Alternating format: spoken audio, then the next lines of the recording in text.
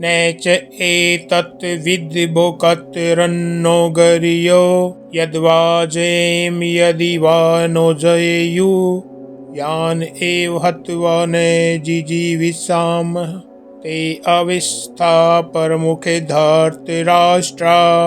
अर्जुन कहता है, हे कृष्ण, हम यह भी नहीं जानते कि हमारे लिए अधिक श्रेयस्कर क्या है, हम जीते या वे हमें जीत लें, क्योंकि जिन्हें मारकर हम जीना भी नहीं चाहते वे ही हमारे सामने युद्ध के लिए खड़े हैं।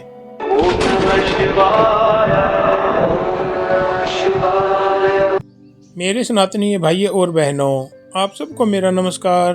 हम श्रीमद् भगवद गीता के श्लोक दर श्लोक का अध्ययन कर रहे हैं और आज का श्लोक दूसरे अध्याय का 6वां श्लोक है, जहां अर्जुन पूरी तरह टूट चुका है।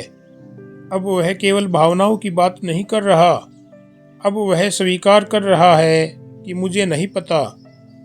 और यही वह क्षण है जहां से गीता वास्तव में शुरू होती है। अर्जुन कहता है, हे कृष्ण, मैं यह भी नहीं जानता कि हमारे लिए क्या अच्छा है, जीत या हार। ध्यान दीजिए, सामान्य मनुष्य जीत को अच्छा मानता है और हार को बुरा, लेकिन अर्जुन यहाँ कह रहा है कि मुझे दोनों ही स्पष्ट नहीं दिख रहे। क्यों?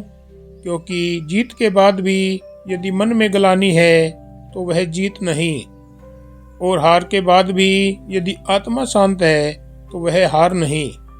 अर्जुन आगे कहता है कि जिन्हें मारकर हम जीना नहीं चाहते वे ही आज हमारे सामने खड़े हैं। यह बहुत गहरा वाक्य है। कभी कभी हम किसी स्थिति को जीत तो लेते हैं, लेकिन उसके बाद हम वही जीवन नहीं जी पाते।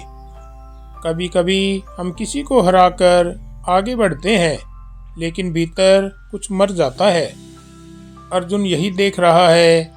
वह यह नहीं कह रहा कि मैं नहीं लड़ सकता, वह कह रहा है लड़ने के बाद मैं क्या बन जाऊंगा। यह श्लोक आज के युग में बहुत खतरनाक रूप से प्रासंगिक है। आज हम पूछते हैं, क्या यह नौकरी सही है? क्या यह रिश्ता सही है? क्या यह फैसला सही है? और भीतर से आवाज़ आती है, मुझे नहीं पता। लेकिन हम उस आवाज़ को दबा देते हैं।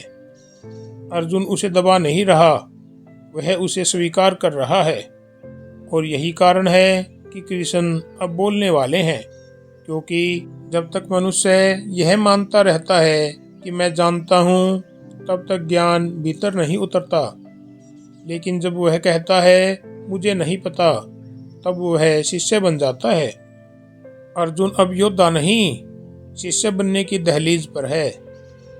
यही सांख्य योग का मूल है। विवेक, आत्म परीक्षण और अहंकार का गिरना।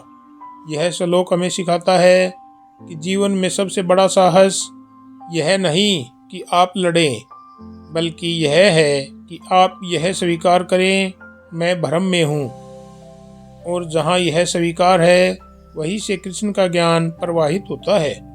जब सही गलत धुंधला हो जाए तो स्वीकार ही पहला ज्ञान है।